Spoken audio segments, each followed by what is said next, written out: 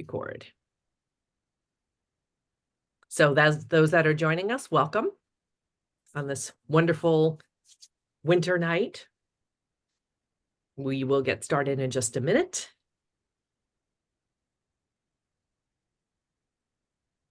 So Karen, what I wanted to say before is that when we announced that you were coming back for another Winter Tree ID, the question was if we were going to get to see your cats again. The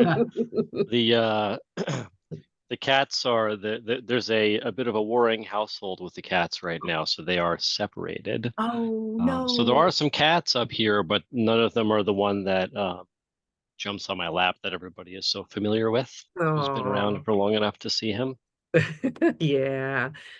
And I think at one time you actually had like a little hat on him, right? At one Hmm. point. Yeah. So That was we all his love your cats. punishment for interrupting the webinar. That is the ultimate punishment for cats. You know Yeah. that. Yep. Embarrassing them like that. Yeah. He was ashamed. Too funny.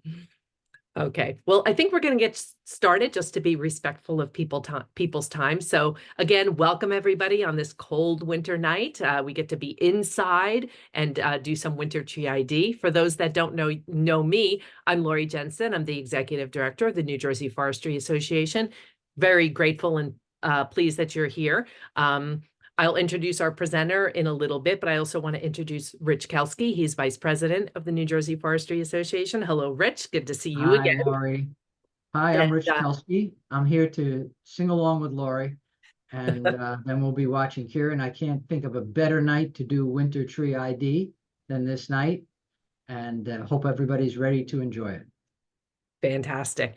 I'll also say I did put something in the chat, but please stop by and say hello to us in the chat, especially if you're a returning backyard forester, backyard forestry. Have to come up with something better for that. And if you have any questions throughout the webinar, post them in the Q&A. We'll address those at the end, and we'll go on from there. So let's move right along. We just have a quick intro here. So let me get that started. So first is that we do this actually every month. So third Thursday of the month, we have Backyard Forestry. We're doing it online so that we can capture a bigger audience. So stay tuned. If you get our emails, you'll hear about our next Backyard Forestry.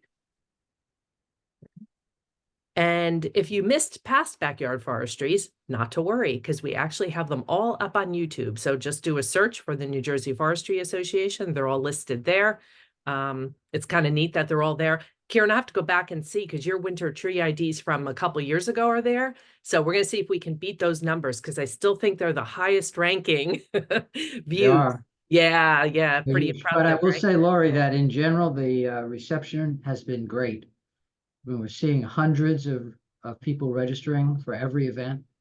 It's really, really, really gratifying to me because I know the amount of work we put into trying to find the right presenters and getting these things online, and it's just great. So thank you for what you do. Oh, absolutely. Yeah. And it's thrilling to see that we, have such a great following. I did put in the emails this month that share it with a friend, tell your friends about it. It's a free program. So share it. And it's just a great way to spend a Thursday evening. So Rich, do you want to talk about these walks? Because these are really cool. Well, since I've been on all of them, yeah, I will Yep. talk about them. They're curated walks, which are on forest properties, which give us the chance to showcase quality forest management, science-based forest management at work. And we visited properties ranging from homeowner type forests to well-managed, almost professionally managed forests, and onto we went to an institutionally managed forest at Stockton University. So it's really incredible to see all this work and to see the quality of what gets produced. And people really don't know what forest management means, what scientific forest management means. And once they see it at work, it changes their views considerably. Good stuff. And we do have more walks coming soon. I know the board's been talking about it. So yeah, we're working on several right now. Excellent. So Can't wait. they'll be announced once the weather breaks a little bit. Yeah. No, we're not going to go walk today necessarily. We'll stay home. But yeah, can't wait to see what the upcoming walks are. It's very exciting. So more exciting news, our annual meeting is coming up and it's going to be in person again. Finally, we're able to do it in person like we did last year. There's the date, there's the location. There is a topic or a theme. Rich, do you want to kind of go into that a little bit? Sure. Is the theme on the next slide or? It's right there on the little logo, New Jersey's A little Forests in tiny logo. Crisis. There it is. New It's, Jersey's yeah. Forests in Crisis. Can we afford to sit by and watch? Well, there's a whole bunch of competing theories about forest management. And so we're going to address many of those theories and talk about it from a scientific and practical point of view. It's going to be a panel-based discussion rather than a presenter, I lecture you, you listen, you learn. It's going to be people participating with each other and with audience participation, Q&A. So it's going to be highly physically interactive in that respect. People are going to feel a part of it. And we're looking forward to this very much. Excellent. And registration is actually open and Yes. seating is limited, right? Because we have a certain amount of capacity. So if you're interested in that, you can go right to our website to register. It's already up. So, all right. So please join the NJFA. We do a lot. Look at this list, right? It's incredible. Yep. The reality is all these things take a lot of time, a lot of effort, and cost a lot of money to do. And we try to do our best to bring it to you either free or at the lowest price possible for everything we do. And we would appreciate it if every one of you would become a member of the association. It would certainly make our lives easier from an economic perspective and allow us to expand our programs. Excellent. And there is a QR code right on that screen. If you want to just take your phone and take a picture of that, it'll take you right to the Join Me page. If not, just go to njforestry.org. And again, we appreciate your support.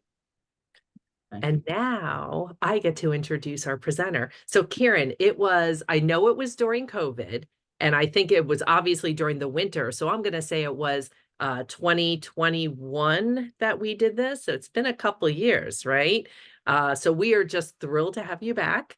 Those of you that participated in the last couple tree IDs, winter tree IDs, you know that we are in for a treat tonight. So Kieran, without further ado, I'm going to stop sharing my screen and let you take over from here.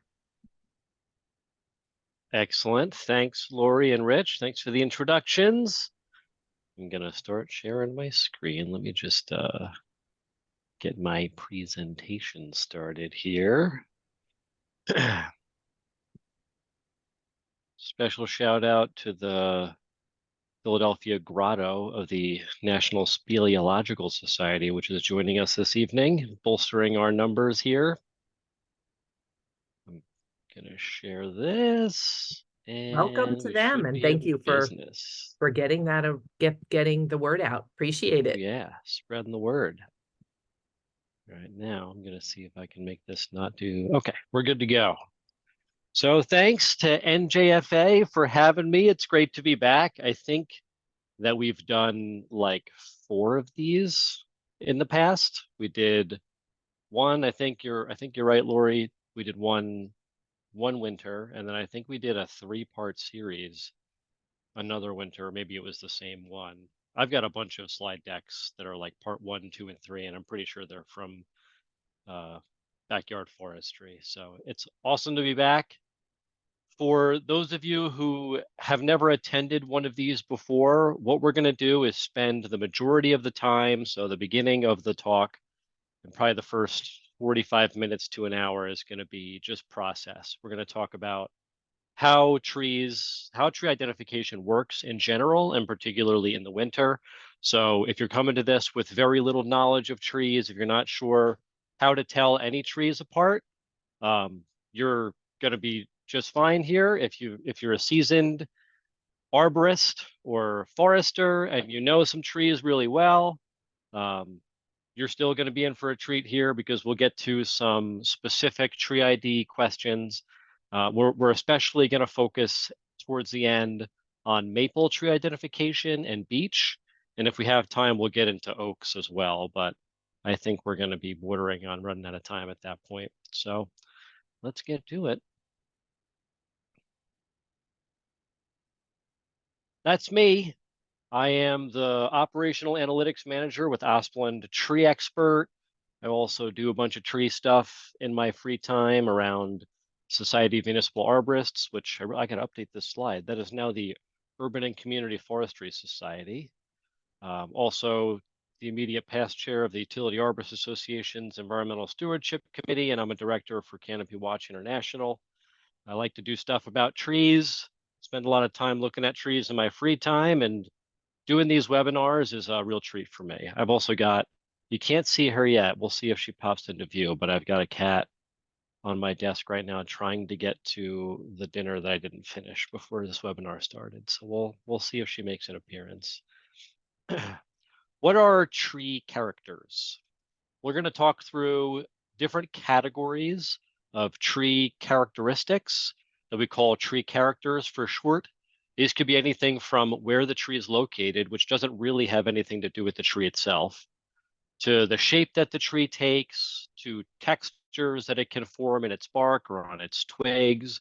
We'll talk about colors. We'll talk about scales, about things that you can only see on through a hand lens at a microscopic level.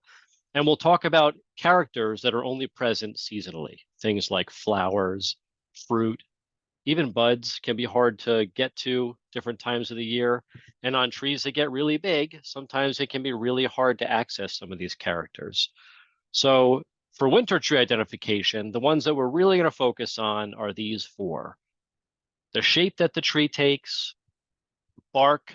Bark is always accessible to us. Bark is the most easily accessible for human-sized things. If you think about the scale of a tree, trees can get very tall.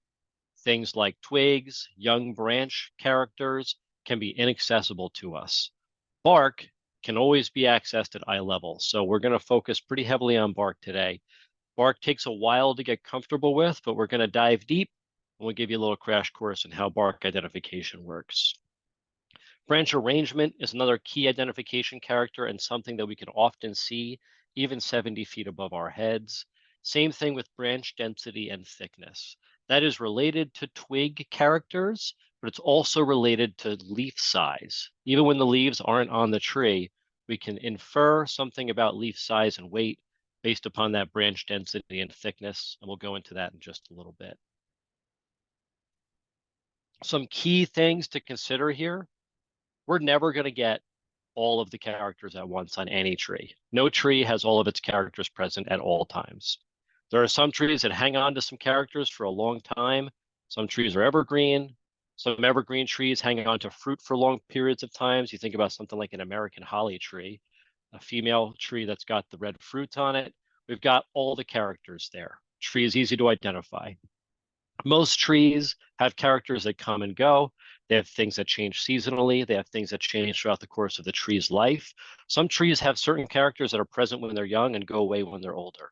So we got to get used to identifying trees using multiple characters. Generally, we're not going to get them all.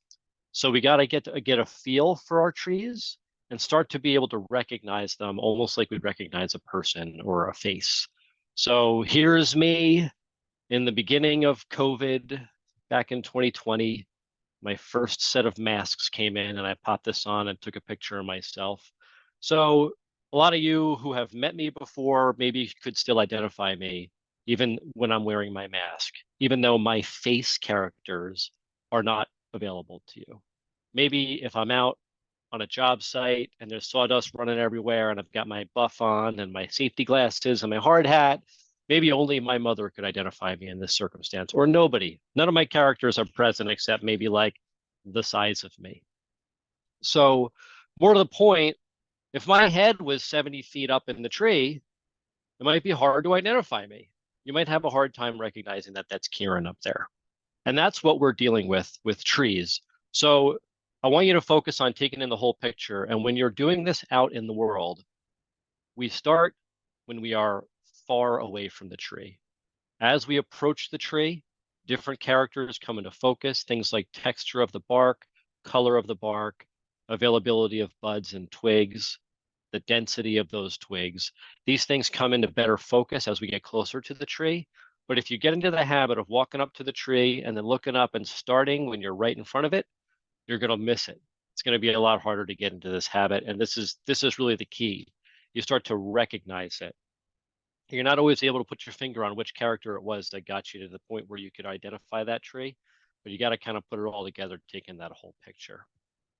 First thing we're going to start off with for winter characters is where you are in the world.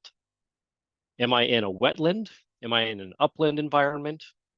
What's the aspect here? Am I getting more northern sun? Am I getting that good warm south facing aspect that gets a lot of good sunlight? Is the plant in the shade? Is it up in the upper canopy of the tree of the forest? All of these things are going to have an impact on what species it may be. Now, trees will fool you because any tree could have been planted at some point in time in the past. A lot of the woods that we find locally in our areas in New Jersey, Pennsylvania, wherever, a lot of them may have been farm fields at one time. They may have planted trees that did not seed in naturally. So we can't always just rely on this. We can't use this as a firm black and white, but it's just one of those characters that we can use to help identify the trees. So if I'm walking in an area that has standing water, I'm going to assume that that is a wetland area. If I'm near a waterway, if I'm in a flood plain, so when you're near a water source, you can often tell that you're in an area that periodically is inundated with water. That's a floodplain, alluvial plains, these things that get periodically inundated or tend to have wetter soil. That's going to impact which trees are more competitive in that environment. When it comes to site, we're really thinking about competition here. A lot of trees can grow in that area, but which trees are going to tend to outcompete the others? And those are going to typically be our wetland species. So this is a sweet gum tree that we're looking at right now. There's probably some red maple in there, maybe some pin oak, maybe some silver maple.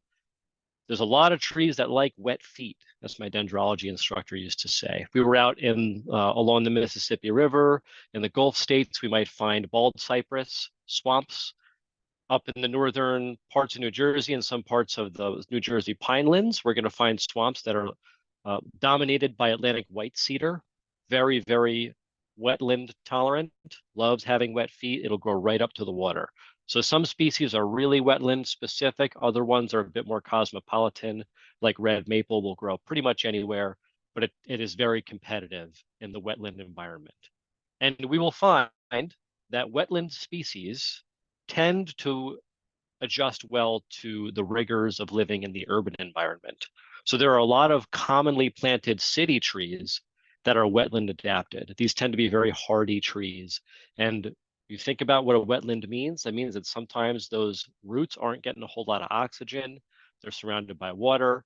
Maybe the ground's getting compacted because of that water that's coming in and really settling that soil. These are stresses that city trees have to endure. So it's no surprise that wetland trees are often some of the best ones or best suited to the city environment.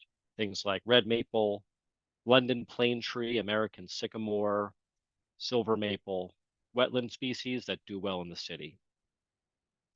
We have the other end of the spectrum here. My rock climbing rope is not tied around that dead ash tree, don't worry. For at the top of a rocky ridge, there's not a whole lot of soil. It's very shallow soil. It's very dry. We're going to typically find a different set of trees that are more adapted to those upland environments that tend to get a small amount of water. When the water does come in, it'll drain out quickly. The soil dries up rapidly. Low soil volume means drier soil typically. So we end up with trees that are more adapted to upland environments. Things like white ash, chestnut oak, some hickory trees, tulip tree. They love it up in those upland areas that do not get very wet. And again, this is about competition. So those are just the trees that tend to be more competitive. Habit and form. So we're walking through the woods. We have a sense of what type of environment we're in. Maybe it's wet, maybe it's dry, maybe we're somewhere in between.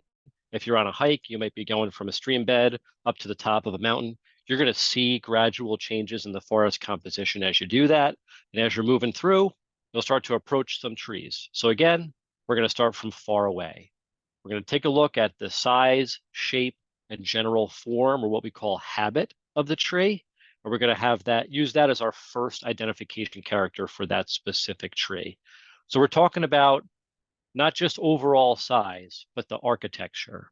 There are different trees that take different angles with their scaffold limbs. So we're going to go a little bit into vocabulary here. Tree limbs, we can talk about them in a parent-child relationship. So if you think about the main stem of a tree, any branches coming off of that parent stem would be child stems.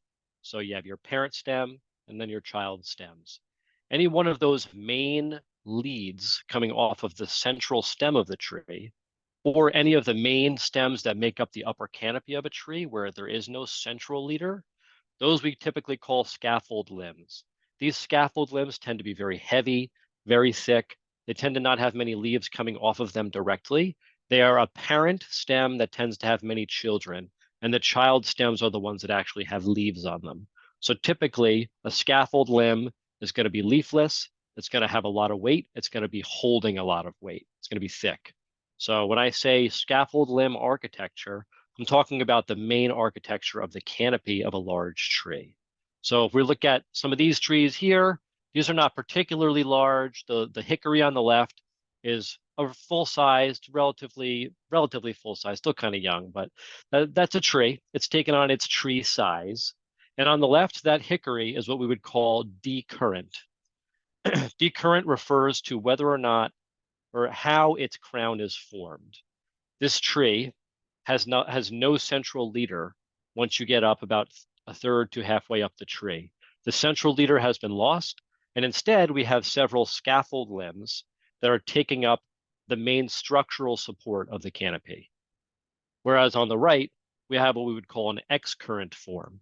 That tree has one main central leader from the ground to the top, and all of the scaffold limbs come off of that one central leader.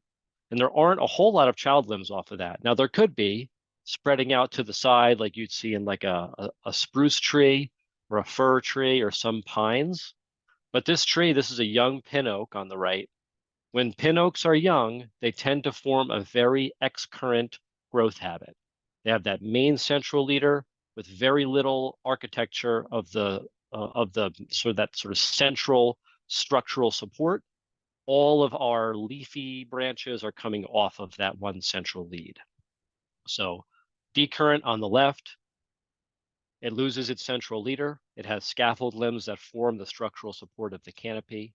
Excurrent on the right, that's got one central leader that holds up a bunch of child limbs coming off of it. We've got other words we use to describe how trees decide where to grow. So many trees are a balance of growing in relation to gravity, available light sources, their natural genome. So some trees just want to grow tall regardless of what happens. Some trees really favor growing towards the light.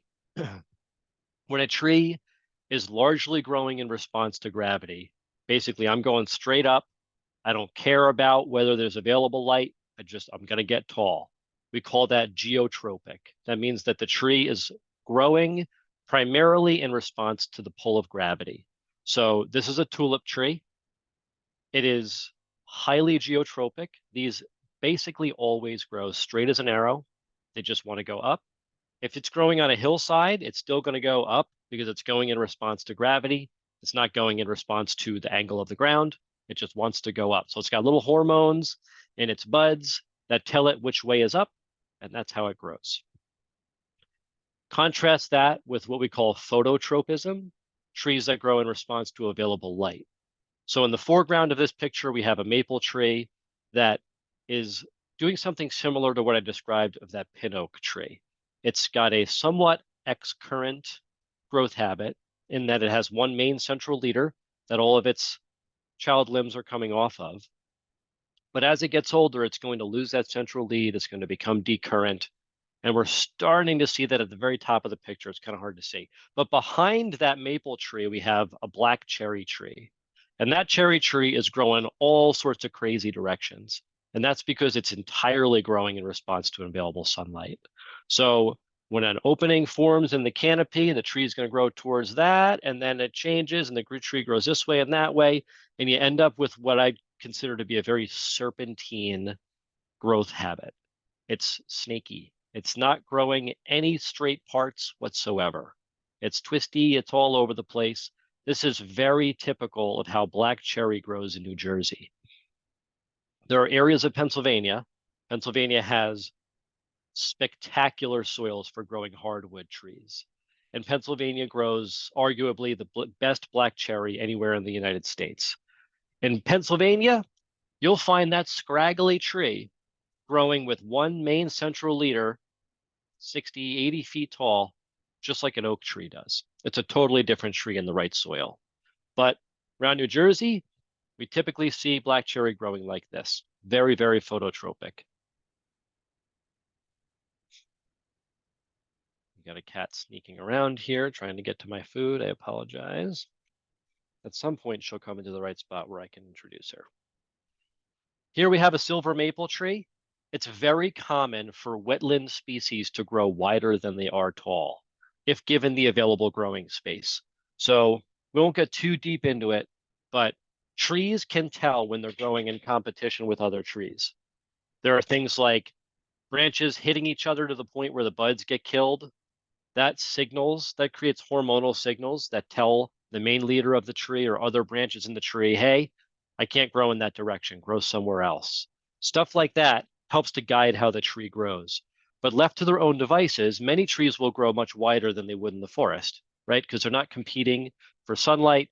They don't have their buds hitting into each other. They just have all this space, so they're just going to grow nice and wide, and they get this very regal form. Wetland species have evolved to grow at least one spot, one side of the tree, over water. So they have this natural ability to tend to get very wide because they have this huge space where there's no competition over the water. So they get this nice angle. They tend to grow this fountain-shaped form, multi-stemmed, codominant form if left to their own devices. So this is a silver maple tree. These things will often, if given the space, grow with multiple leaders like this. Another tree that typically takes this form would be river birch, tends to grow with many leads, can get much wider than it is tall. So this maple tree is like twice as wide as it is tall. And if you just look at the general structure of the tree, we'd call this like a fountain shape, vase shape. Codominant limbs or codominant leaders is when you have more than one main trunk coming out at the ground or somewhere lower on the tree. This is typically considered to be a liability structurally for the tree. It can be a problem for the tree long term. Trees can fail pretty catastrophically from codominant leads. But ultimately, this is a natural form, and if given the right space to grow and provided that nothing too crazy happens, some of these trees can actually maintain this codominant structural form without having too many liabilities. You just got to keep an eye on them. Silver maple is not one that you want to be growing codominant in the urban environment. But where you have space for it to grow and few targets, you can grow it like that, and it's quite a beautiful tree. It's one of my favorites. Here we have a small little leaf linden tree. These tend to grow, so it does get decurrent. You can see that right where all the limbs start, it kind of loses its central lead. It's got a few codominant main structural limbs or scaffold limbs coming off of that main central lead. And then it forms this nice lollipop. So some trees you would tend to call like oval or round shape. That just means that, they'll have a main stem, but where they form their canopy, they tend to be very round. It's not necessarily a description of their structure, it's a description of their silhouette. So just a little example of a few of the things we've looked at so far, a few of the different shapes that trees can take. The point I want you to take home here is starting to train your eye for some of the overall forms or habits that some of these trees can get. We've got all these different things. And so if you think about the ones we've looked through, not only are they different shapes, but many of them were different sizes. So if you think about the crown of this tulip tree, it was all up in the sun because tulip is very shade intolerant. So if we go back to this tree real quick, there's one other point I want to make here around tree shape and size. Part of the way that tulip tree competes with other trees is by growing into the uppermost parts of the canopy and being the tallest tree in the area. And the way it does that is by growing tall as much as it can, in spite of where the available sunlight might be. But that also, there's another sort of clue here to what kind of tree this is. If you look at this main stem, there are no lower limbs anywhere on this stem. This is in the woods. Nobody's coming over and pruning this tree. Those lower limbs have died off on their own. And the reason they died off is because this tree is not very shade tolerant. So contrast that with something like a hemlock tree or a young sugar maple will tend to have a lot of lower limbs that have leaves they're alive because they are more shade tolerant. So even when those trees get larger, some trees in maturity will grow somewhat less shade tolerant, and you'll start to see them lose some of those lower limbs. But shade intolerant trees from an early age are going to maintain a heavy top, especially when they're in competition with other trees because they need light. Those branches can't survive without that light. And trees are pretty ruthless when it comes to their branches. If a branch can't support itself with enough leaves and enough sunlight, the tree is going to let that branch die. It's not going to try to feed it on separately from a different part of the tree. Branch can't support itself, it dies. So you see a tree that has no lower limbs, that doesn't appear to have been pruned in any way, it's likely that that tree is intolerant of shade. It was kind of exciting juggling this while there's a cat actively trying to eat my dinner. Alrighty, now we're going to get into my favorite part of the talk here. We're going to talk about bark. Bark is the single most useful winter tree character, again, because it is pretty much always accessible to us, unless you're looking at the tree from behind a fence or some other obstruction that doesn't allow you to get to the tree. If you can walk up to that main stem, you're going to see some bark. Bark varies tremendously between trees. It also varies within a tree species, depending on the tree's age, depending on the tree's health, depending on the size of, like the diameter size of the piece of wood you're looking at. And even sometimes the soil can have an impact. So there's a lot of variation. It takes a while to get used to, but I'm going to give you a bit of a crash course here. We're going to talk a bit about what to train your eye for when you're learning how to identify trees based upon their bark. In particular, we're thinking thickness, the orientation, so vertical versus horizontal, versus having no discernible orientation, whether there's exfoliation of the bark, the colors are really huge. So let's go into it. This is a mature crabapple tree, a flowering crabapple, so not one that we would get edible fruits from.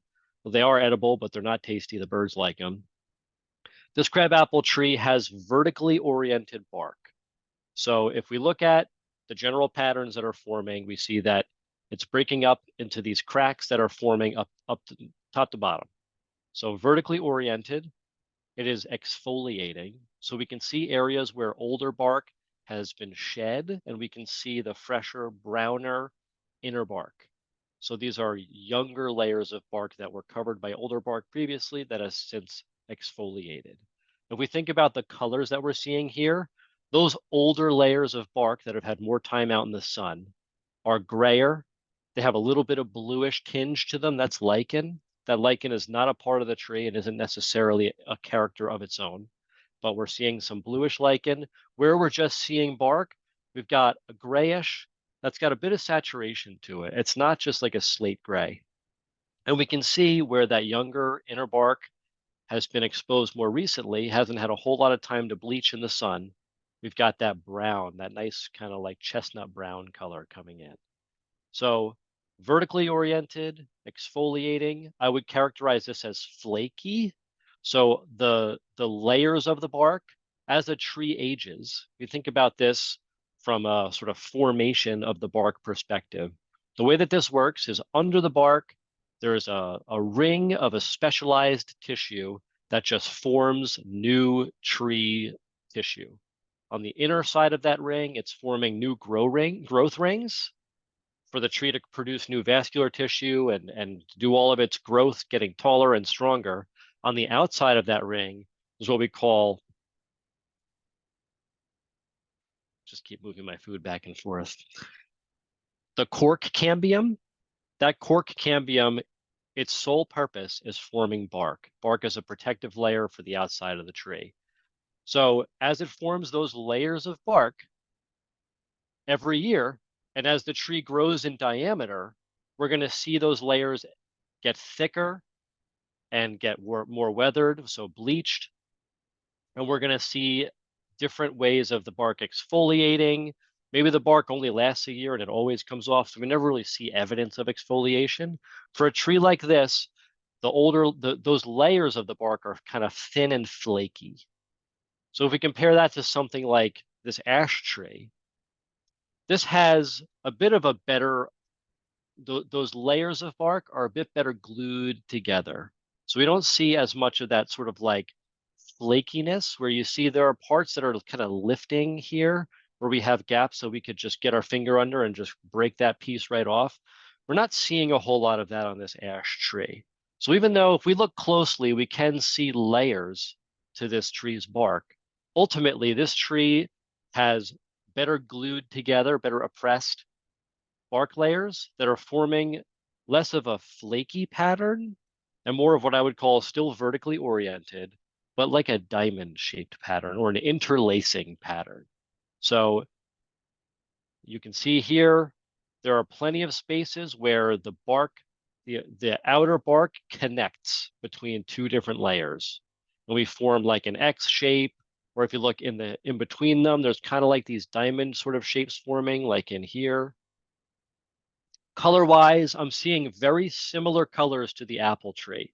A little bit lighter on the browns, so we're not getting quite as deep of a chestnut brown. And a little bit, I think we're still getting a pretty gray older bark, but I'd say that that gray older bark is a little bit less saturated. It's not quite as, doesn't have quite as much color. It tends to get a little bit more bleached in the sun. And then we're seeing a whole bunch of green. Again, that's probably moss or lichen. That's not a part of the tree. It's not an identification character. Maybe it's telling you what side of the tree doesn't get as much sun. It doesn't really give you a whole lot of information about the tree's species, though. So if we think about these interlacing, vertically oriented outer layers of the bark, you think about how the tree grows. Every year, that inner layer puts on another ring that pushes that outer bark out farther. It makes the layers of the bark get a little bit spaced apart, and that's how we get these gaps between the bark. That's how we're seeing these cracks that are forming in between the layers of the bark on the apple tree. That's how we're seeing these interlacing gaps forming on the ash tree. If you look closely at the bark of a tree like this, you will be able to see the layers getting closer and closer together the deeper into the bark you go. And that's those younger layers of bark that have not been pulled apart as much because they haven't gone through as many years of diameter growth, splitting them apart. So that's what's causing these patterns. And that's why a lot of trees have vertically oriented bark, right? Because it's splitting this way, causing those vertical cracks to form. So one of the key identifying characters for me here is the way that the bark forms these really flat ridges. So if you think about this, this is my favorite way to get into bark texture here. I want you to imagine that you're a little ant and you're walking around the circumference of this tree stem here. So maybe at eye level, you're a little ant, somebody puts you on the bark, they're like, be free, and you start trying to climb around this bark. Every time you get to a new layer, you gotta go across this plateau, and then you're gonna go down into a steep valley, and you're gonna come up a steep ridge, and you're gonna be back on another plateau that's real flat where it's exfoliated. You're going back in, you got a deep little thing. And so if you think of it that way, what I'm seeing here are these nice flat plateaus where we've had some exfoliation. I'm seeing really sharp corners in a lot of those spots where the ridge transitions into one of these furrows, one of these valleys in between those ridges. And then we've got a bit of a valley in the middle, then it comes back up again. Contrast that with this. If I'm that little ant, I've got a lot of flat space to grow on, to roll around on. This tree doesn't necessarily maintain as many years of bark. It's pretty smooth. And when you think about it thickness wise and how much topography I am going to have to travel through as that little ant.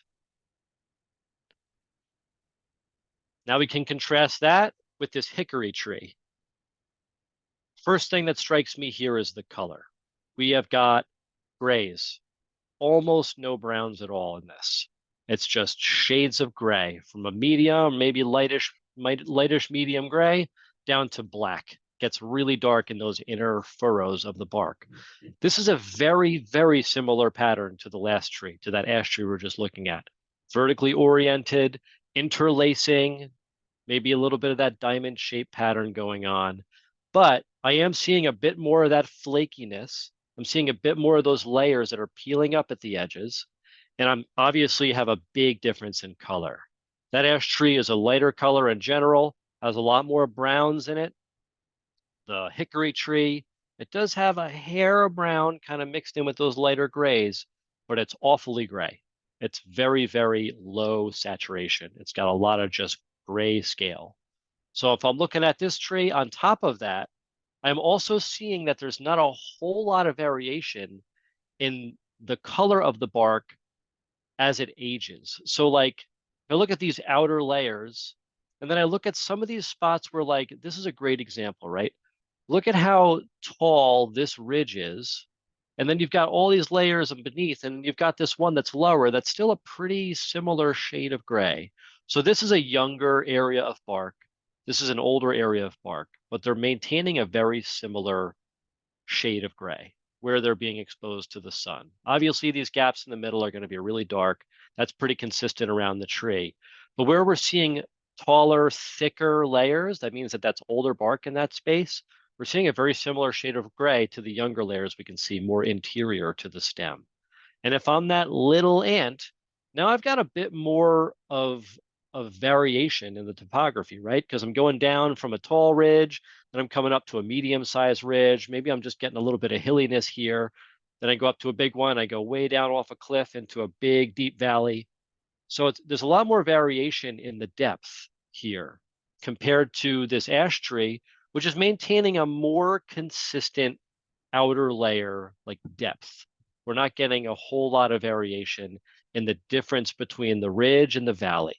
It's a very similar climb for that little ant going over every ridge and going into every valley, compared to the hickory, where we have a much wider variety of ridge height compared to that valley's depth.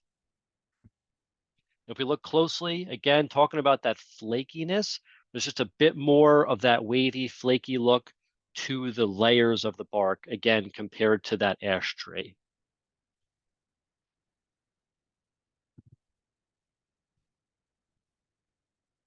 Now let's compare this to an oak tree.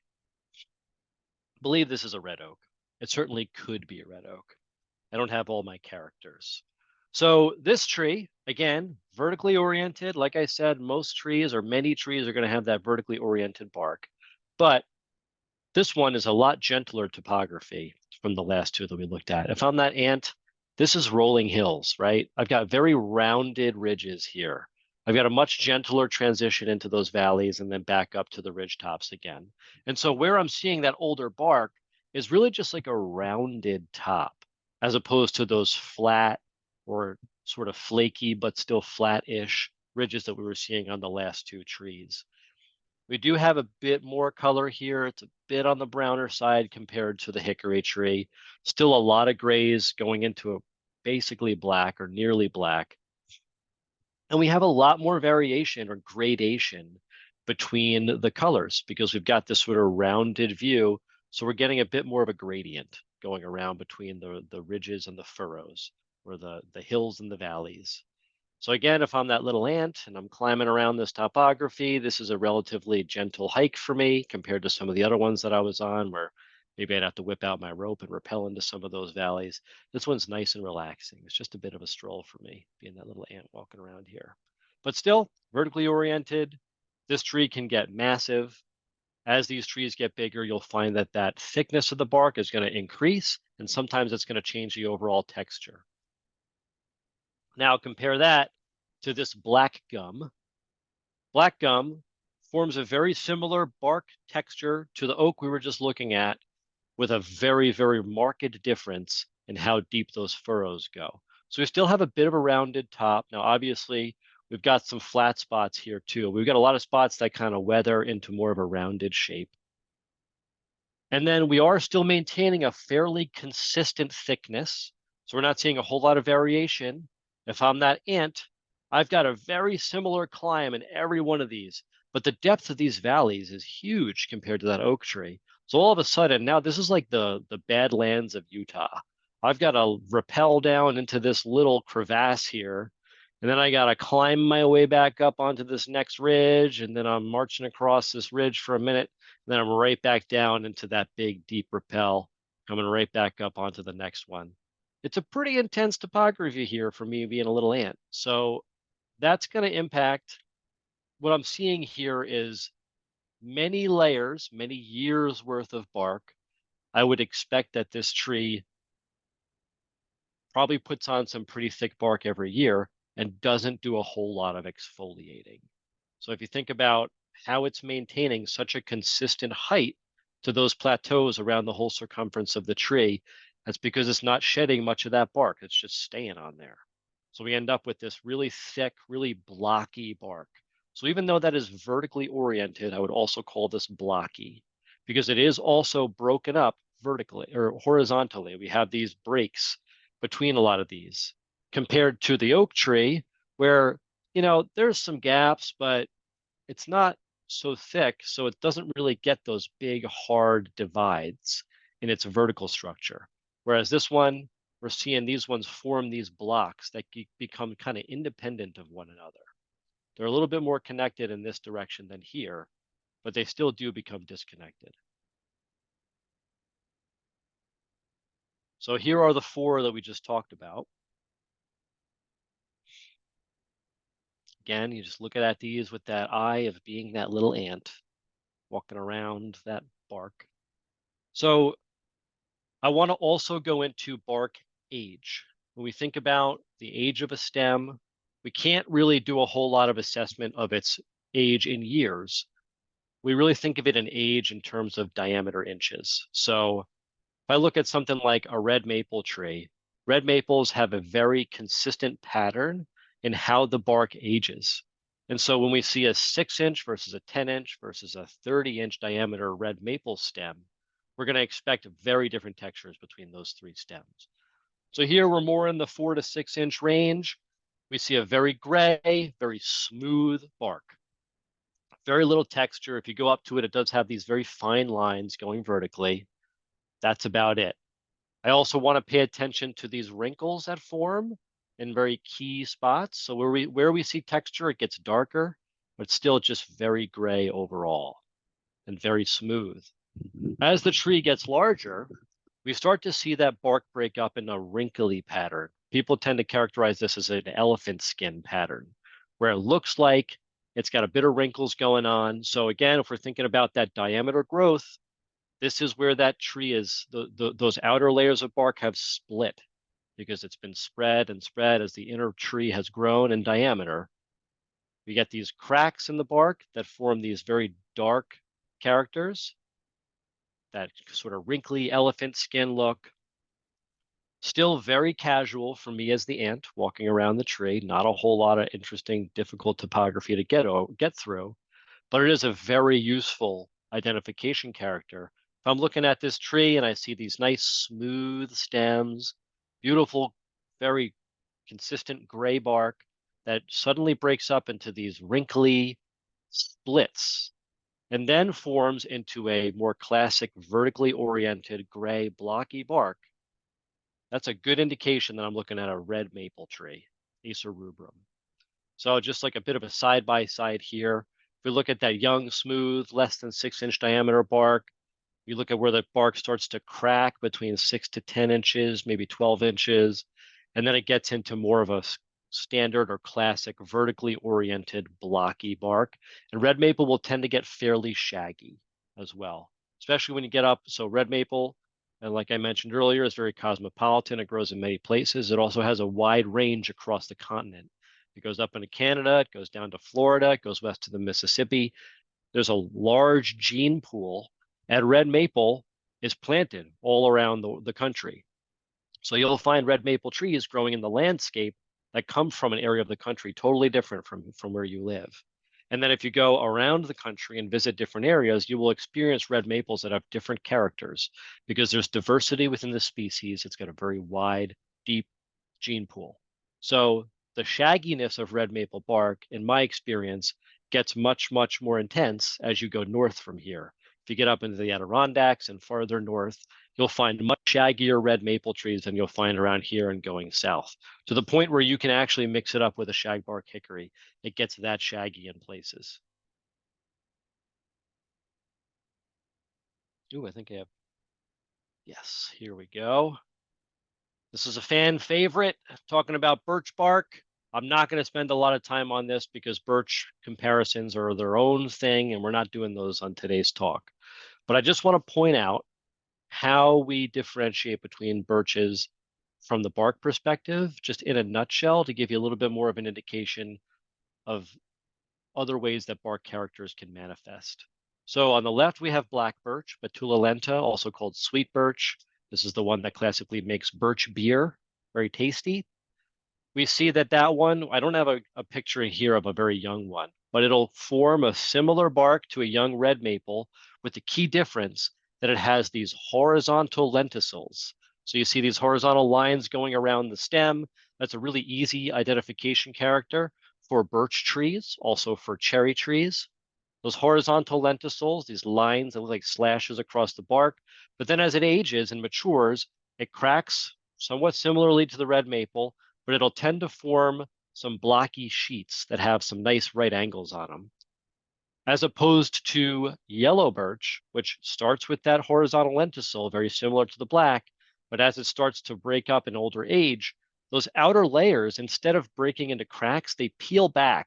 They look just like if anybody's ever used a chisel to kind of shave layers of wood off. They form those really tight, coiled or spiraled layers that you'd get out of a chisel. And that bark, forming these nice coils here, is a really useful identification character for yellow birch. So instead of it cracking, it curls up. It breaks and it forms a curl that peels back a bit to an earlier part of the bark.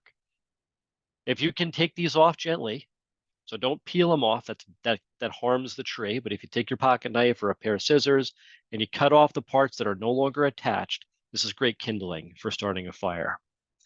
And then if we look into the older ages of the tree, we start to see evidence of some of that curling. And then we're also seeing some blockiness form where some of those layers are starting to build. And now we're getting a bit more older look to the tree. This is a larger diameter stem.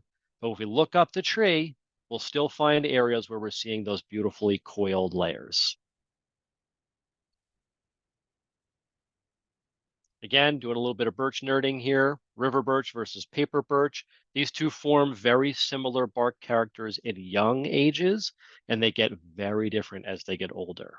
So both of them will have very smooth bark when they're very young. So you can see on the young river birch I'm showing here, it's already exfoliating a lot. But if we imagine what this inner salmon colored stem looked like when it was a little younger, it didn't have as many layers exfoliating. That's a river birch. And it can get very pale to the point where it's very similar to this paper birch, which a lot of us, this is sort of the classic white birch that we associate with winter, grows in the northern areas. So we'll find it as southern as maybe a little bit northern New Jersey, but really mostly New York and north. Paper birch is that classic white young bark that starts to exfoliate in large sheets. So as opposed to curling like the yellow birch did, or just breaking up but staying relatively glued on like the black birch did, this one will have chunks that'll just peel off and then hang. They kind of have this like weight to them that causes them to hang off. And as they get rained on and get wet, they'll droop more. And then they form this kind of classic paper birch. It's peeled back in these big chunks that look kind of papery. And again, without peeling it off, which harms the tree, if you cut the bark off of that tree where it's no longer attached, it makes great kindling to start a fire. The river birch, also native, this one tends to grow in, you guessed it, more wetland areas, has a really classic, very characteristic, very consistent bark evolution as it gets older. It starts with that salmon colored bark. The very young twigs will be almost black. And that's true of paper birch as well. Surprisingly, paper birch's young twigs are basically black. And then as it starts to get a couple inches in diameter, it turns white. Then it starts to peel. River birch is similar. Very, very dark, almost black twigs. Starts to form this salmon colored to white colored young smooth bark. We are seeing horizontal lenticels on this. If we got a closer view of the paper birch, we'd be able to just make out some white horizontal lenticels on this as well. Starts to break up once it gets to maybe 4 inches or so in diameter. And we start to see these really, really papery but connected layers of exfoliating bark. So this one's really interesting in that you'll find sections where many layers have stayed glued together, but all of their edges are no longer glued and they have spread. And you get this kind of frilly, almost confetti-like texture that forms on river birch. As it gets older, more and more of those outer edges, the frilly bits, will break off as it ages, as they dry out, and you'll start to see areas where, so this is a good indication that probably at a younger age, they were all these layers were connected here, and there was a bunch of fun frilly bits that were coming off of here. As those have broken off, we're only left with the layers that stayed glued. And amazingly, as the tree gets older, it starts to form this gray, blocky, classic tree bark shape form or habit that stays pretty consistent, gets nice and thick and blocky and gray. And if you look up into the upper branches of the tree where you can find those younger branches that are at that, 1 to 6 or 10-inch diameter range, you'll be able to identify this tree as river birch because you'll be able to see those frilly, confetti-like papery layers forming. So just comparing a few of the birches that we just talked about in a very similar age or diameter, the river birch with that confetti-like layers to the paper birch with those sort of single layers that are coming off in larger chunks and hanging to the yellow birch that comes off in layers that foil. Really interesting ways to differentiate between these birch species, which in many other ways look very similar. The bark is the most useful character for picking these apart. All right, that's bark. Let's get into branch arrangement, opposite versus alternate. And uncommonly, we have things that are called whorled or subopposite. So this has to do with how many buds or branches come off of a parent stem in any one spot. So we have what's called a node. This is a node here where the main parent branch has formed a child branch coming off of it. Even if there was just a bud here, we would still call that a node. It's a place where additional growth can form. So we have one parent producing one child here. That is an alternate branching pattern. We have alternating branches coming off on either side. Alternate. Here's your little illustration. Compare that to opposite branching, where we have 2 branches coming off at the node. So one parent stem, 2 child stems that are opposite each other. So even where we just see buds at these nodes, this is one node with 2 buds that are capable of forming 2 leaves or may eventually form 2 branches coming off here. So single node with 2 coming off opposite each other. This is opposite branching. These are far and away the most common branch patterns that you will see in the trees around here, especially with deciduous trees. There are many evergreen trees that have different branching patterns. Things like whorled. We don't get into that quite as much with evergreens. It is a thing, but evergreens typically we use different characters to identify them, with a few notable exceptions. But on the deciduous trees, which is what we're focusing on today, since the deciduous trees are the ones that are different in the winter when it comes to identification, branching is a big part of how we identify them and how we group them together. So alternate on the left is much, much more common. There are a lot of trees that are alternate branched. Opposite is less common, but there are some really prolific trees in this area of the country that are opposite branched. Maple, ash, dogwood are the 3 that typically people focus on first. There's also Paulownia, which is an invasive tree around here. And then there are a couple other ones like buckeye or horse chestnut. The viburnums, which are more of like a shrub class, they're bushy, they don't get super big. Euonymus, burning bush, which is a bush and it's invasive. Those are opposite branched as well. Then we have these less common branching habits, branching forms. We've got whorled, where there are 3 or more coming off in one spot, producing a, spokes of a wheel type pattern. That's why they call it a whorl. It goes around the stem. Or we have sub-opposite. This is a really interesting branching character. They're at every node, there's kind of like 2 nodes that are just a little bit offset. So it's not alternate. It's not quite opposite. It's just a hair off of opposite. That's called sub-opposite. There are no native trees in this area that grow with a sub-opposite branching pattern. There is one invasive, European buckthorn, is becoming a problem as an invasive in the forests on the east. That one is sub-opposite. Also a non-invasive, a pretty cool little ornamental tree is, I'm forgetting the word for it now, Katsura tree, a Japanese tree, is sub-opposite. Right, this is the other one that I think is a huge, very, very key identifying character in the winter, notably because it gives us a lot of information about the leaves. So even though we don't have leaves available to us, assuming that you're practicing tree identification year round, you get to know some trees in your area, you get familiar with things like red maple and sugar maple and red oak and hickory and ash, and then you go out into the woods in the winter, and these trees that have relatively small or relatively large leaves are going to have differences in the branches that hold those leaves up. So if you think about the structural requirements of a branch, if the leaf is very small, very light, we don't need much structure of the branch to hold that up. The tree is not going to invest in a whole bunch of wood to hold up a teeny tiny little lightweight leaf. If you have big, heavy leaves, you're going to need much thicker, much stouter, much stronger twigs to hold up those leaves. And additionally, if you have a large leaf, that leaf's going to take up a lot of space on its own. When it falls off, it's going to leave a larger hole in the winter canopy. So not only are we talking about the actual thickness of the branch, we're also talking about the thickness of the twigs in the sense of the density. How many twigs are in 1 square foot of the winter canopy when I'm looking up?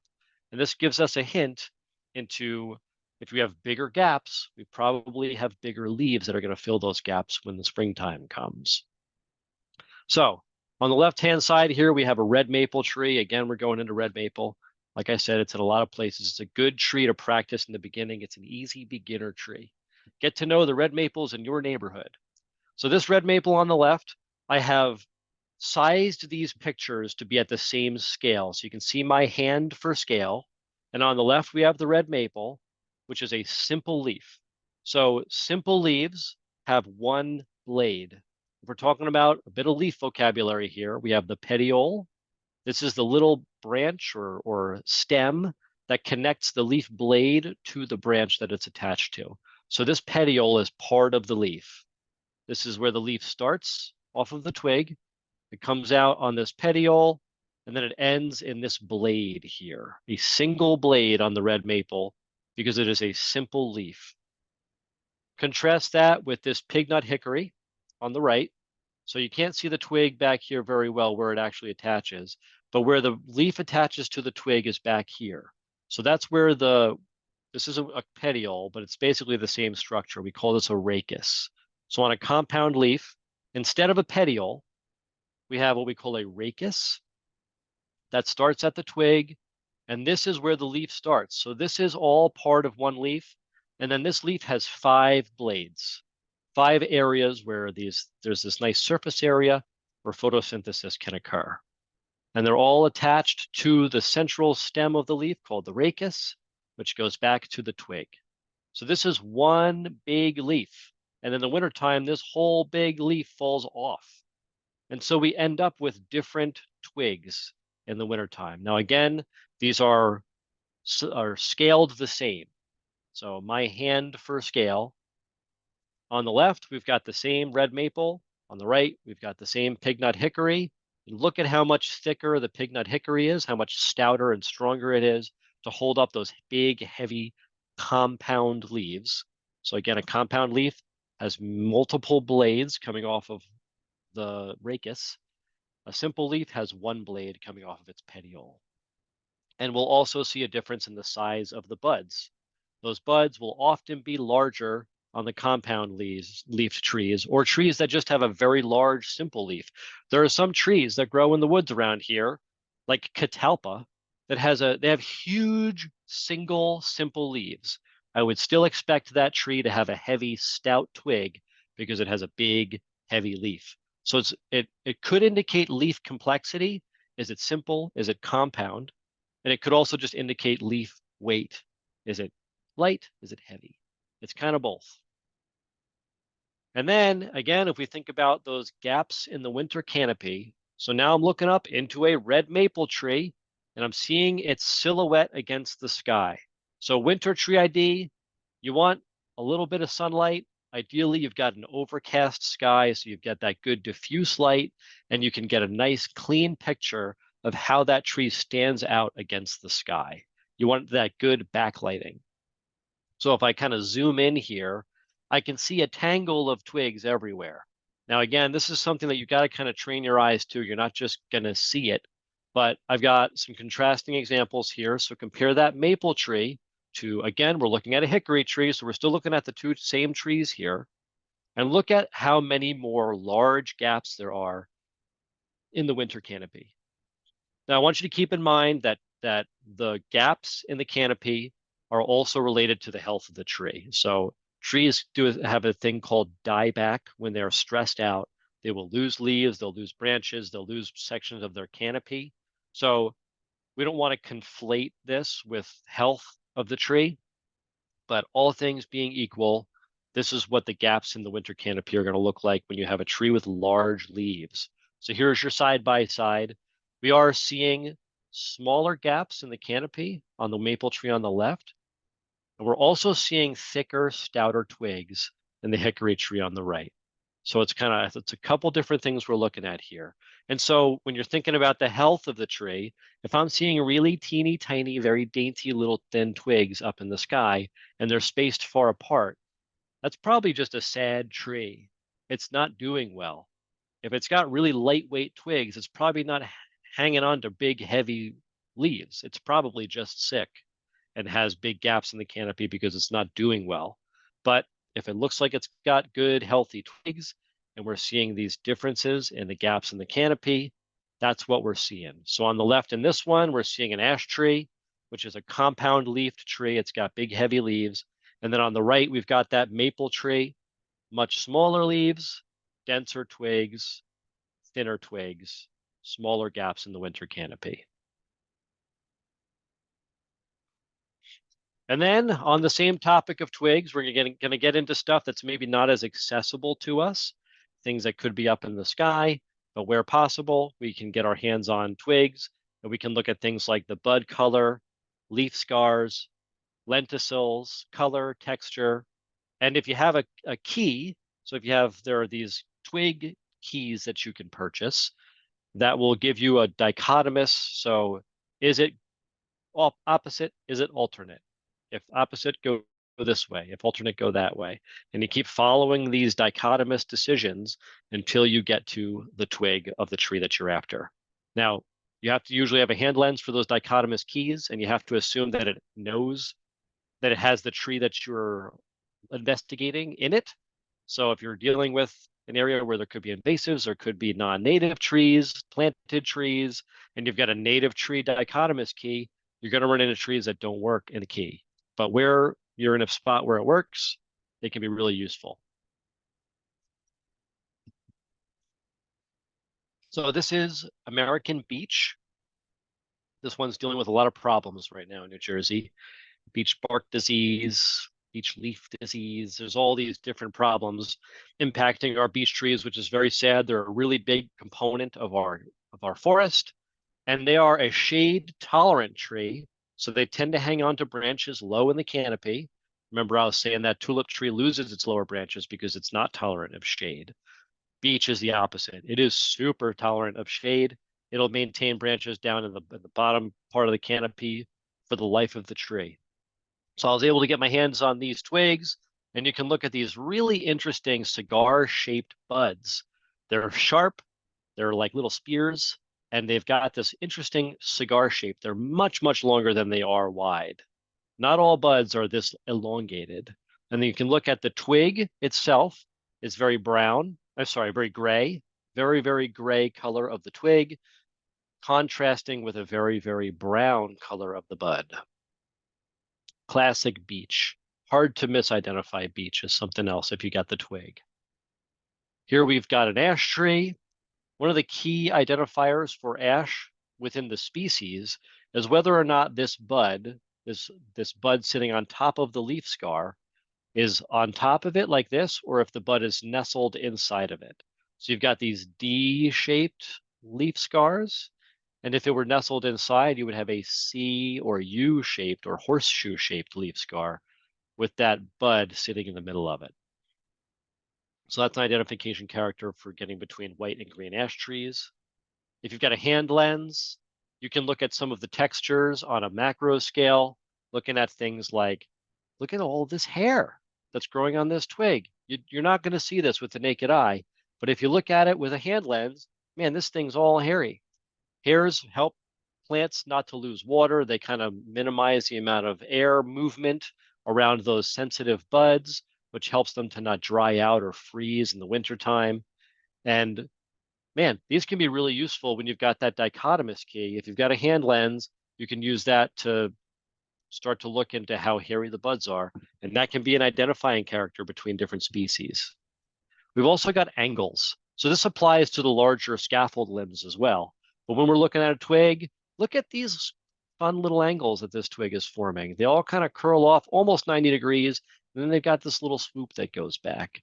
These sorts of things are actually identifying characters for a lot of species. Like, for instance, black gum. Black gum is notorious for forming right angles with lots of its twigs and branches in the canopy. So when you look around, if you're looking at a tree that's forming almost nothing but right angles, there's a good chance it's a black gum. And then there are other characters that can occur on twigs. This is a sweet gum. They form these corky ridges that come off of the twig. So not a whole lot of species do this. This really narrows it down to things like sweet gum, hackberry. Not a whole lot of plants do this. So this really can narrow things down and get you just one or two or a few species. So this is a sweet gum. These are called corky ridges coming off of that twig. This only happens on younger trees generally. Older trees tend to lose this character. Then look here, we've got very thin, very dainty twig, very small buds. I'm going to expect that this tree has very small, very lightweight leaves. Fruit is not typically going to be available to you in the winter, but where it is, you can use it to get down to the genus. Sometimes you can use it to get down to the species. This is the double samaras of a maple tree. What we called helicopters when I was growing up. They helicopter to the ground. This is a tool that the tree uses for dispersing its seeds. So if you think about these things hanging from a tree, the wind hits them, some of them fall off, and the wind carries them because they're slowly falling. That helicopter action just slows its descent. It gives it time to be blown away from the parent tree. The parent does not want to compete for sunlight and resources with its child, so it tries to get the seeds away. Very similar strategy to this tulip tree. Tulips have these interesting pine cone looking things that stand upright in the upper canopy. Now again, very tall tree at maturity, they tend to have no shade branches. So you're only going to see these things way up in the upper canopy. But even from far away, they kind of have a distinctive look to them. This is a really useful ID character for tulip tree, even though a lot of times you can't actually get your hands on them or get anywhere near them. You can see them, they're standing upright, they're erect. They've got these samaras that are hanging on to them. So these are single samaras that are forming into these aggregate structures. Each one of these will break off and helicopter down, similar to the maple tree. So this one fruiting structure here has many individual samaras. Each one of these winged samaras has a seed in it. It's mostly wing with a little bit of seed on one end. Compare that to this linden fruiting structure, super interesting and unique fruiting structure. It forms a modified bract. So a bract is a leafy structure that's not a regular leaf. So we've got this bract that then has this interesting little formation that forms what we call these little nutlets. This thing has a bunch of fun words. And this structure also helicopters. So when this comes off the tree, it's going to helicopter down, slowing its descent and helping it to float away from the parent tree. We don't have many leaves on deciduous trees in the wintertime. There are a few things that we can do with leaves. One of them is if the tree is marcescent, which means that it hangs onto its leaves in the winter. Here's American beech again. This tends to hang on to its leaves for a good part of the winter or perhaps through the entire winter. That's what we call marcescence. In some cases, these trees will hang on to the leaf all the way until bud break in the following spring, at which point the new leaf will break out of its bud and push off the dead leaf and then form. It's believed that marcescence is a way of reducing airflow around twigs in the wintertime to help reduce the coldness that they get. So it helps to reduce that cooling action of the winter wind blowing through the tree, kind of slows that wind down. And it also is assumed to be a protection against herbivory or animals eating those plants. So if you think about our lovely deer population that is absolutely uncontrolled in New Jersey, deer are a major problem. And part of the problem is that they eat all the baby trees and prevent a lot of the oaks and other important trees from regenerating in New Jersey forests. Well, those trees that are marcescent have a bit of a defense against those deer because when they go to eat the twig, if there's a whole bunch of dead leaves on it, they get a mouthful of dead leaf. That's a deterrent for a lot of animals that eat those winter twigs. So that's another assumed reason why marcescence exists. And then we have sort of the trap here, leaves on the ground. It can be misleading. Leaves can blow in from all over. Leaves blow all around the forest. You can't trust that all these leaves are coming from trees that are anywhere near where you're standing, but they can give you some clues. So if you're walking around the woods and you're like, man, I keep seeing this one tree and I can't put my finger on it, you can look down at the ground and keep an eye out for interesting leaves and be like, oh, it's a quaking aspen. That's what I was after. Or it was a red maple or it was a sugar maple. So I don't recommend using leaves as one of your primary identification tools as far as like leaves on the ground in the winter, but it can be a last resort to get yourself some clues. So just a recap, we want to use our characters in conjunction with other characters. We want to get to know our trees and start our ID process early and kind of look at it like you're recognizing a face. So we're thinking about our location, our site, what grows here, what's going to tend to be most competitive in this area. What's the overall form structure of the tree? What's the sort of long distance view of the tree? What's the structure of the scaffold limbs? Does it have a main central leader? Has it lost its central leader? Is it only in the upper canopy? Does it have branches in the shade? All of that is part of your habit and form. Then we think about our bark texture. So as we get closer, we start to see some of the colors and textures resolve of the bark. That's not just the bark of the main stem. We're also looking at the younger branches in the canopy to see what the characters are there. Thinking about like our red maple tree, we see those smooth gray branches up top, breaking up into that elephant skin wrinkles in the middle, and then getting to that vertical gray, blocky, shaggy look and maturity towards the bottom of the tree. Good indication that that's a red maple. Branch density, branch arrangement. So is it opposite or alternate? How thick are the branches and the twigs? How big are the gaps in the winter canopy? Try to get those fine details against the winter sky. And then any other characters that you can get your hands on. So the twigs, the buds, fruit, flowers, leaves. Most of these are not going to be present in the winter, but where you can get your hands on them, obviously they're going to be useful to you as well. So the real focus is that habit, bark, branches, sort of the overall arrangement, and that density and thickness. So, as expected, most of our time tonight was taken up going through the process. This is the sort of typical part one. We maybe get to a couple of species, but for the most part, we focus on process. For the sake of time, I think I'd like to go through some of the questions. And I think I'm just going to kind of bring up the beach slides so that people can get a little bit of a look into beach, since that one is having some particular problems right now. I've got way more slides than we have time for, but we'll answer some questions. If we have any more time, I can flip through some things. I'm happy to stay on a little later, but I think that's the way we should probably go, just for time's sake. Sounds good.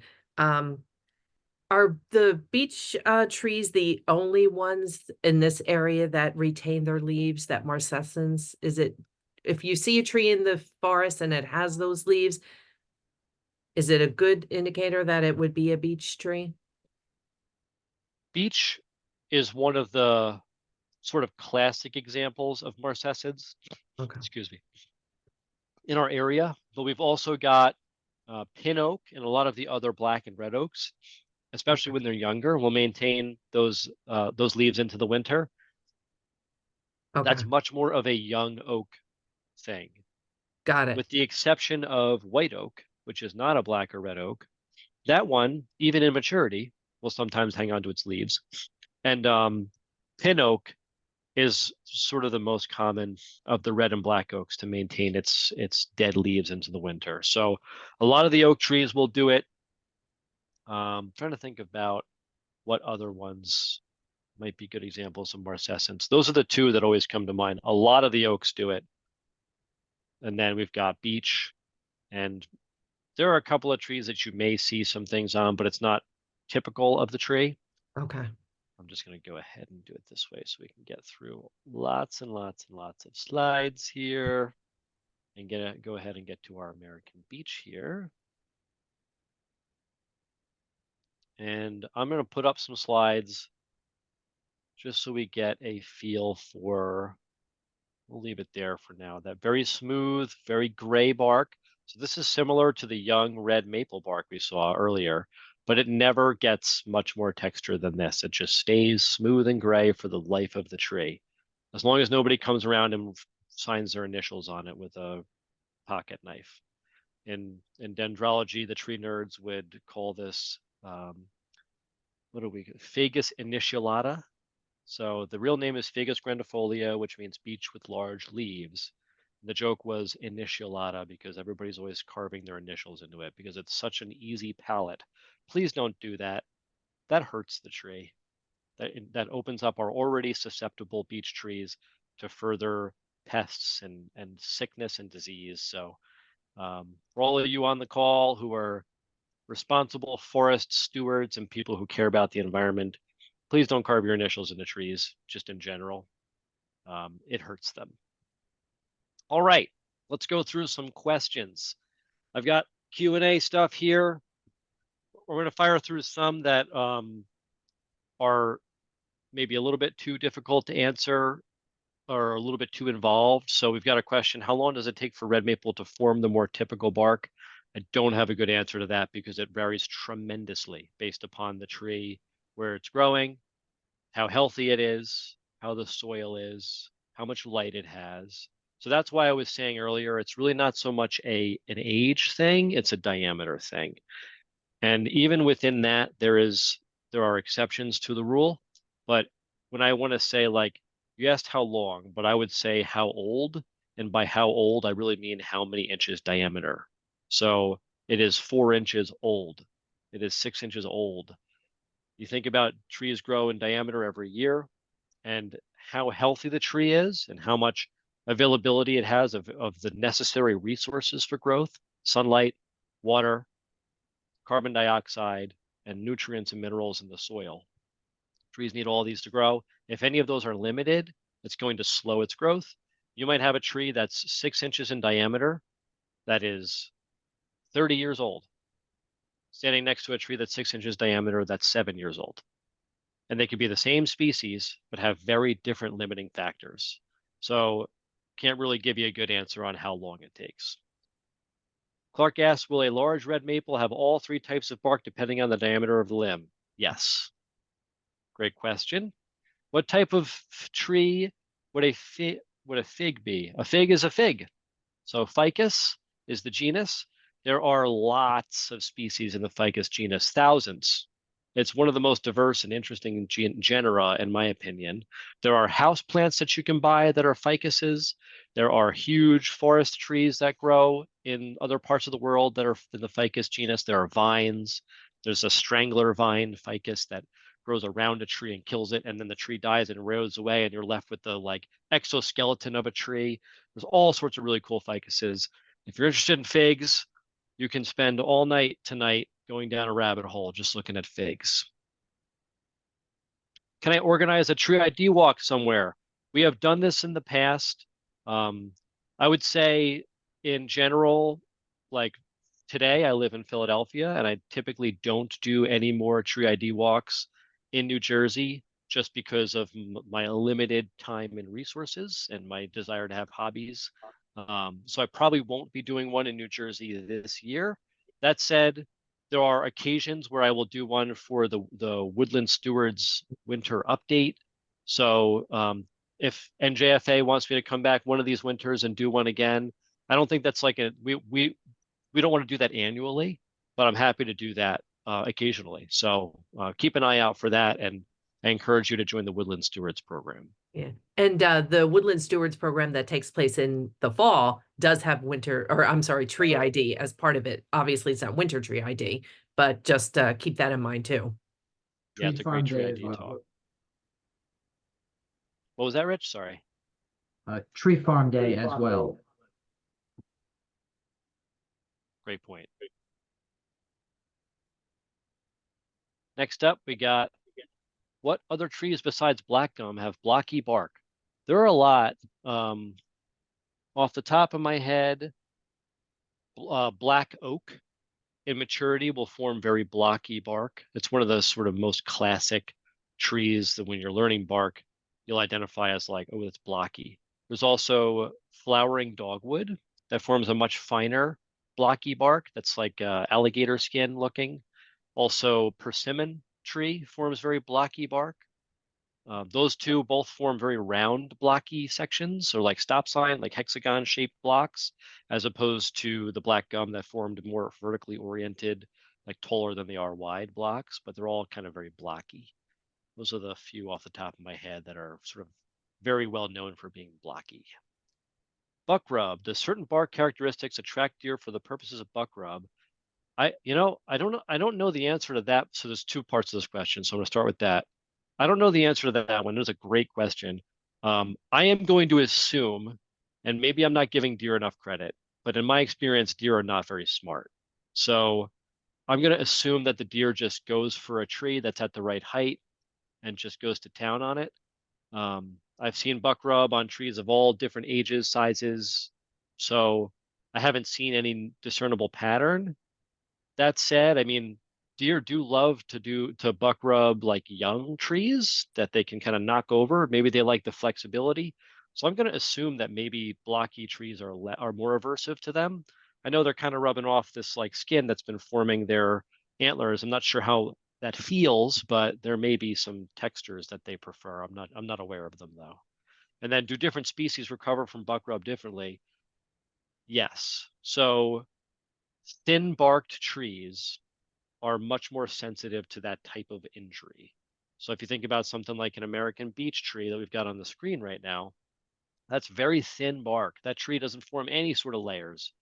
If a buck comes up and rubs on that, it's signing its initials, and those initials are going to be on that tree for the life of the tree. Whereas if it comes up to that black gum tree that's got that super thick blocky bark, it probably is physically incapable of doing enough damage to the outer bark of the tree to get to the inner bark where it can actually harm the growing living tissue. All that external blocky bark is dead tissue, and it's there as a protection against things like buck rub and other trees falling down and knocking into the stem of the tree, or branches breaking off and hitting it.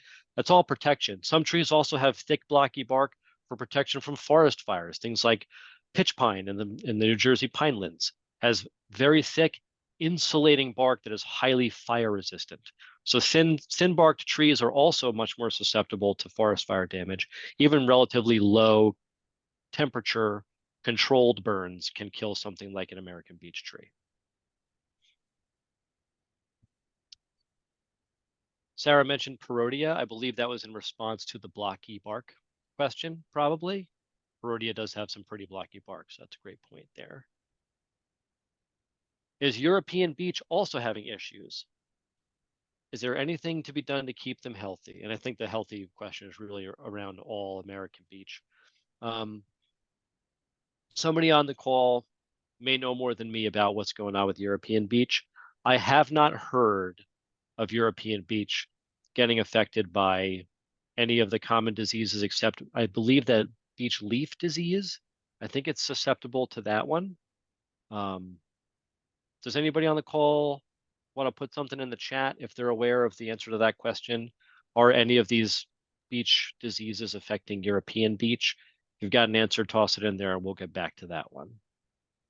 Yes, Susan and Jacqueline said that they think beech leaf affects all beech. Sarah says, yeah, both. So. Got it. Unfortunate. They're very similar trees, so I'm not surprised. Okay, and that's according to Jean Epiphan, who is our, Rutgers Cooperative Extension agent. Yeah. Jean's gonna know. Yeah. Thanks for chiming in, Jean.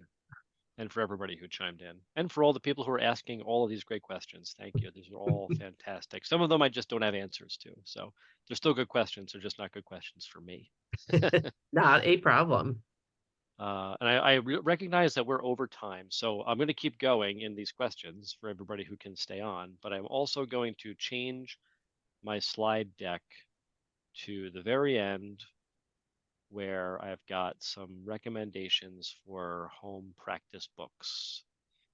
So anybody who's interested in getting some resources for themselves, I highly, highly recommend Bark by Michael Wotek and Tom Wessels. Michael is located in New Jersey or from New Jersey, and so a lot of those trees in that book are they're all New Jersey trees, and it's a great book to give yourself a much more in-depth primer and training on bark identification than I've given tonight. And then all these other ones are also great, useful tools that I have in my toolbox with bark and the trees of Eastern North America. That's one of my all-time favorites. You got to get to some level of ability to be able to get down to like the genus or family to use that book, but it is extremely useful for comparing between trees that are similar, and it's got every tree I've ever found out here in that book. This isn't actually I don't see it posted yet, but do you have any recommendations as far as apps for Tree ID? Do you have any favorites? You probably don't need them, but for the lay person, any apps? I've been spoiled by my iPhone because iPhones now have plant identification built into the Photos app. So if you have an iPhone and you snap a photo of a plant, it'll come up with the little sparkly icon when you click on the single photo on the bottom. It'll have these little sparkles. Next on it's the information button, the little eye in a circle will have sparkles on it if it's identified something that it thinks it knows what it is. It could be totally wrong, but if you click on that eye, it'll be like plant, American chestnut or whatever, and then you can look at, it'll come up with some photos of things that it thinks that it is, and and a lot of times it's wrong, but that's the only thing that I use. I know that there are good apps out there, probably a lot better than that, but I mostly focus on trees. I usually use that app for smaller plants like landscape plants, things that I would typically accidentally step on when I'm looking at trees, because those are the ones that I'm really bad at identifying. So I'm going to leave this up. I'll go through some more questions for those who can hang out. For those of you who can't hang out, thank you so much. It's always a pleasure to do this. And yeah, keep an eye out for maybe one of these years. I'll come back and do one of those winter tree talks or winter tree walks with NJFA. All right. Oh, the next question was, do I have any resources for determining which trees in New Jersey are suffering or challenged. Yes, websites. So New Jersey Department of Environmental Protection, DEP, has some really useful pages on pests of the forest. So they'll have individual pages on things like spotted lanternfly. They probably have beech leaf disease, beech bark disease. I haven't been on there in a while, but there are some really skilled folks who are actively working with forest landowners and researchers to help manage and identify these pests. They typically, once they identify a pest as a problem in the state, they will create a page for it with all sorts of interesting like fact sheets and good information for you to learn about it. So DEP, NJDEP is the one that I would recommend. In Pennsylvania, there's a very similar website. But also in Pennsylvania, Penn State Extension has a lot of really good, useful tools. And on that note, Rutgers Cooperative Extension probably has some really good resources as well for identifying forest pests and insects and whatnot.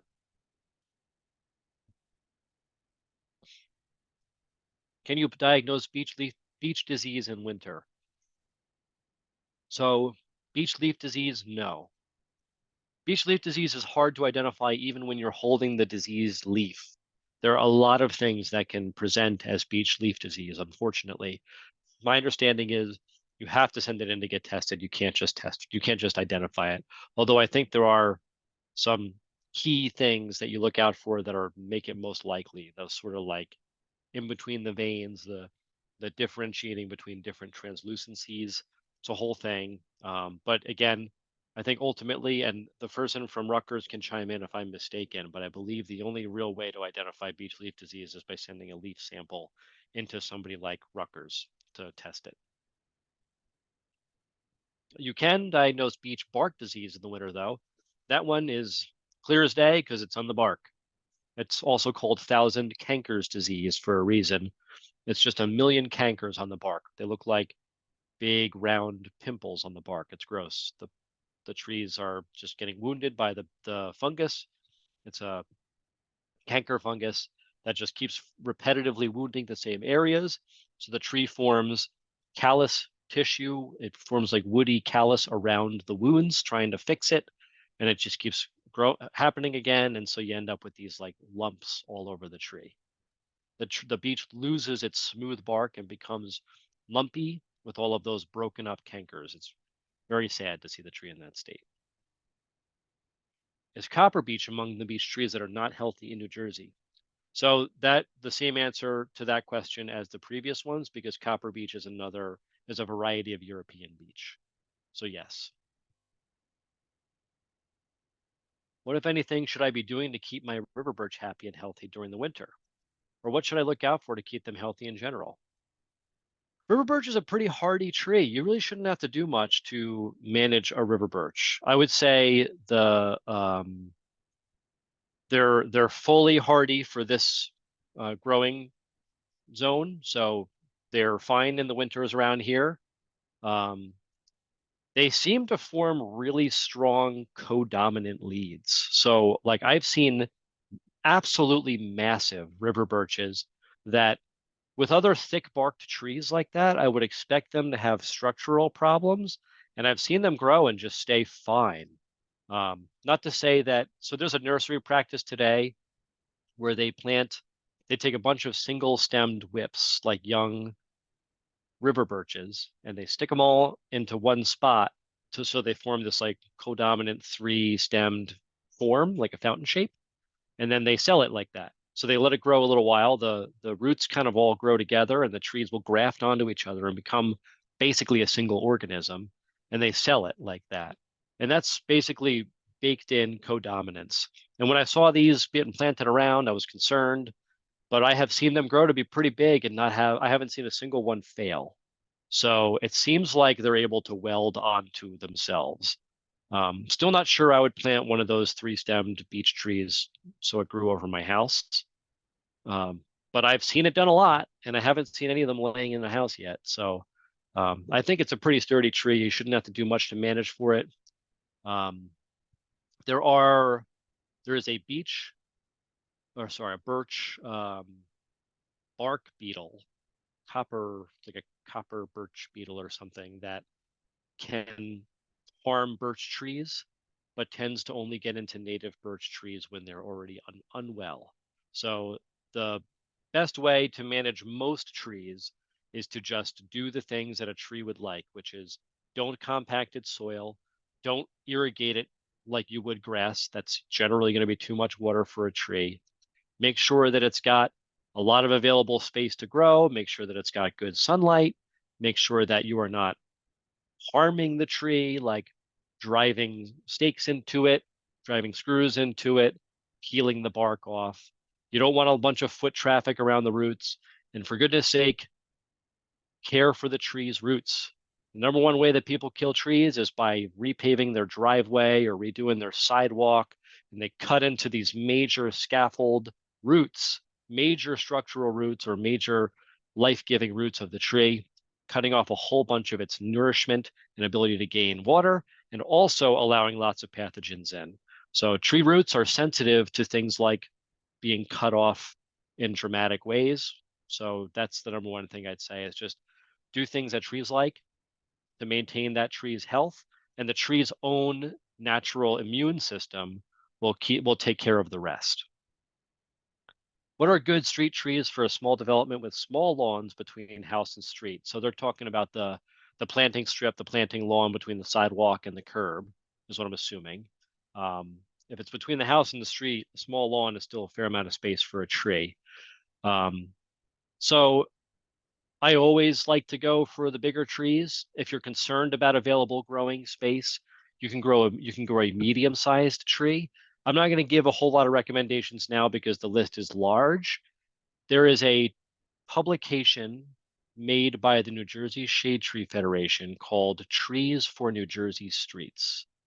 I recommend you get your hands on a copy of that. You should be able to contact the New Jersey Shade Tree Association to get yourself Shade Tree Federation to get your hands on one of those. It's a great book. I can't recommend it enough. It's got very clear sections for, in the planting strip, you've got 3 feet, you've got no overhead wires. Here are all the species that you should plant. It's a really useful book for finding what trees to plant in what contexts in a city or a small town, small development like that.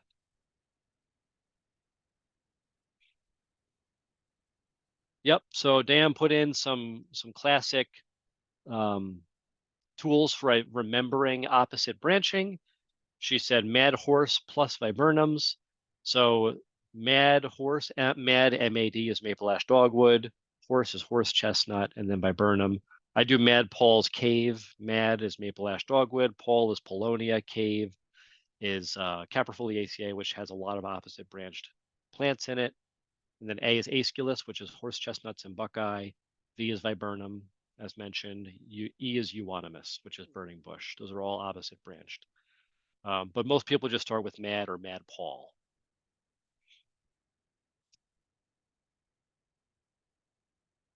Is thousand canker disease the same one that also attacks black walnut? I believe it is another. So there are a lot of species of the fungus Phytophthora. Try spelling that one.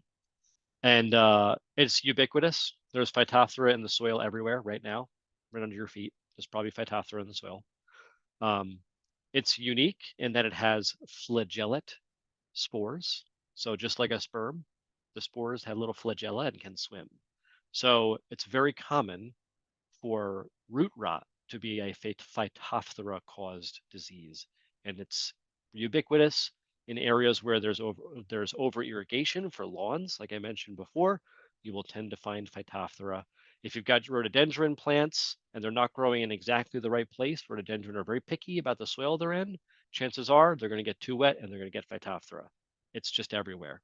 And there are species of Phytophthora that form these thousand canker diseases. So my understanding is that beech bark disease is a Phytophthora species. So I wouldn't be surprised if black walnut's thousand canker disease was another species of Phytophthora. Whether it's the same species, I think it's probably unlikely, but it's just another one of the same similar type of fungus that causes cankers. That's everything in the Q&A, I think. I don't think I missed anything there. Yep, you covered it all. There was a question well, there's a couple questions in the chat. One in particular, I'm trying to find it, was asking about, oh, well, I'll go to the bottom and say to repeat the New Jersey street tree book. It's just called Trees for New Jersey Streets. Trees for New Jersey Streets. Okay, wonderful. And it's published by the New Jersey Shade Tree Federation. Okay. Can you get it from their website? I don't think so. Okay. Okay. Oh, look at that. There's a PDF. Thank you, Susan. Fantastic. Oh, and it's a PDF. So Even better. Yeah, even better. So you could just download. So it is on the Shade Tree Federation's website, probably as well, based on that link. So that's fantastic. The other thing is, Rich, somebody asked about, can we go into a little bit about the scientific forest management? I thought that might be a good reminder about oh, I'm sorry, you're muted, about the annual meeting coming up.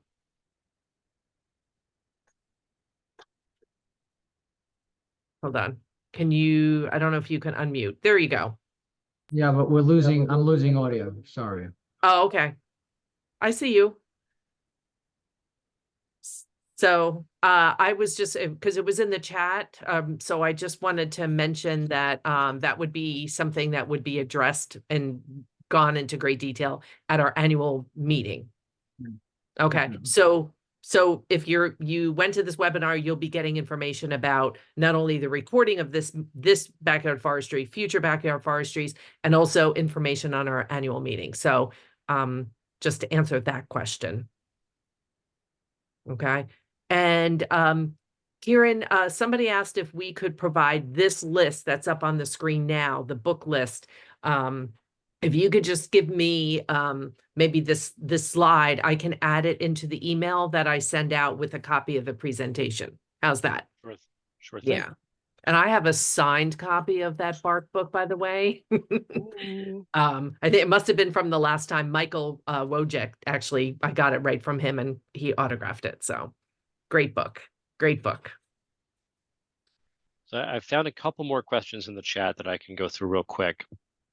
There was one asking, do oaks have a taproot, and how close to a house can I plant a red oak tree? Oaks do have a taproot. It tends to, as most taprooted trees, it'll tend to go away as the tree gets older. But yes, excuse me, they do have a taproot. An oak in proximity to your house, I mean, it's sort of a difficult question. I'd probably give it at least 20 feet. You could probably go a lot more than that. It depends on whether you want shade from the tree, whether you want the tree over the house. If you don't want it over the house, you're going to have to go pretty far away, 50, 75 feet away. But you can go within, 20, 30 feet, and you'll have a nice shade over the tree as the oak gets mature. It's going to take it a long time to get that mature, but it will be a viable shade tree for the house. If a tree does not have a central leader, is it still a viable tree? Yes. Some trees lose their central leader very early, and then they will no longer, they'll just grow in that decurrent form, but that doesn't mean that they're not viable. Some trees, you want to maintain a central leader, especially for growing them in a place where they need to get tall. So things like in that planting strip between the sidewalk and the curb, you need to have a minimum branching height of generally 16 feet over the road, and people typically go for 12 feet over the sidewalk. So you want to maintain a central leader at least until you get to that point. So you have a nice straight trunk that you have those branches coming off of. But there are a lot of other good reasons to maintain a good central leader for longer. If you want to maintain a nice big shade tree, you can prune it maybe every few years to help maintain a central leader. The University of Florida has some really great PowerPoint slide decks on developmental pruning. So if you look up University of Florida developmental pruning slideshows or presentations, you can see the PowerPoint presentations with all of the notes and basically just go through the slide deck on your own and learn how to developmentally prune a tree to maintain a central leader. So if you want a central lead, you want a nice big tall straight tree, Ed Gilman with University of Florida has put together tremendously valuable information on maintaining a good storm-resistant tree with a good, strong central leader. So again, that's University of Florida, Ed Gilman. They, I can probably pull it up while I'm wrapping up here and drop it into the chat for anybody who's still around. I'll stop sharing here. Oops, that's the wrong button. Here we go. Well, thanks everybody. Do we have anything else that's come up since I looked through? Nope, I think we're good. Everybody's just thanking you. Like there's so many points in the chat. Well done. Thank you so much. Great presentation. You're the best. You should scroll through there because there's a lot of them. So I just can't thank you enough. It's just fascinating listening to you. And I don't know. I just won't look at a tree the same now, ever. So it's good. That's good. Yeah, that's what you want, I did right? my job well. You did. You always do. So again, thank you. Thank you for everybody that hung in there with us. We hope to see you next month for another exciting backyard forestry. I hope you have a great evening. Be safe in the snow tomorrow, right? Getting more. And we'll see you soon. So thank you, everybody. Thank you, Karen. Thank you, Rich, for hanging in there. And we'll see y'all next time. Take care. Thanks. Bye-bye. Thanks, everyone.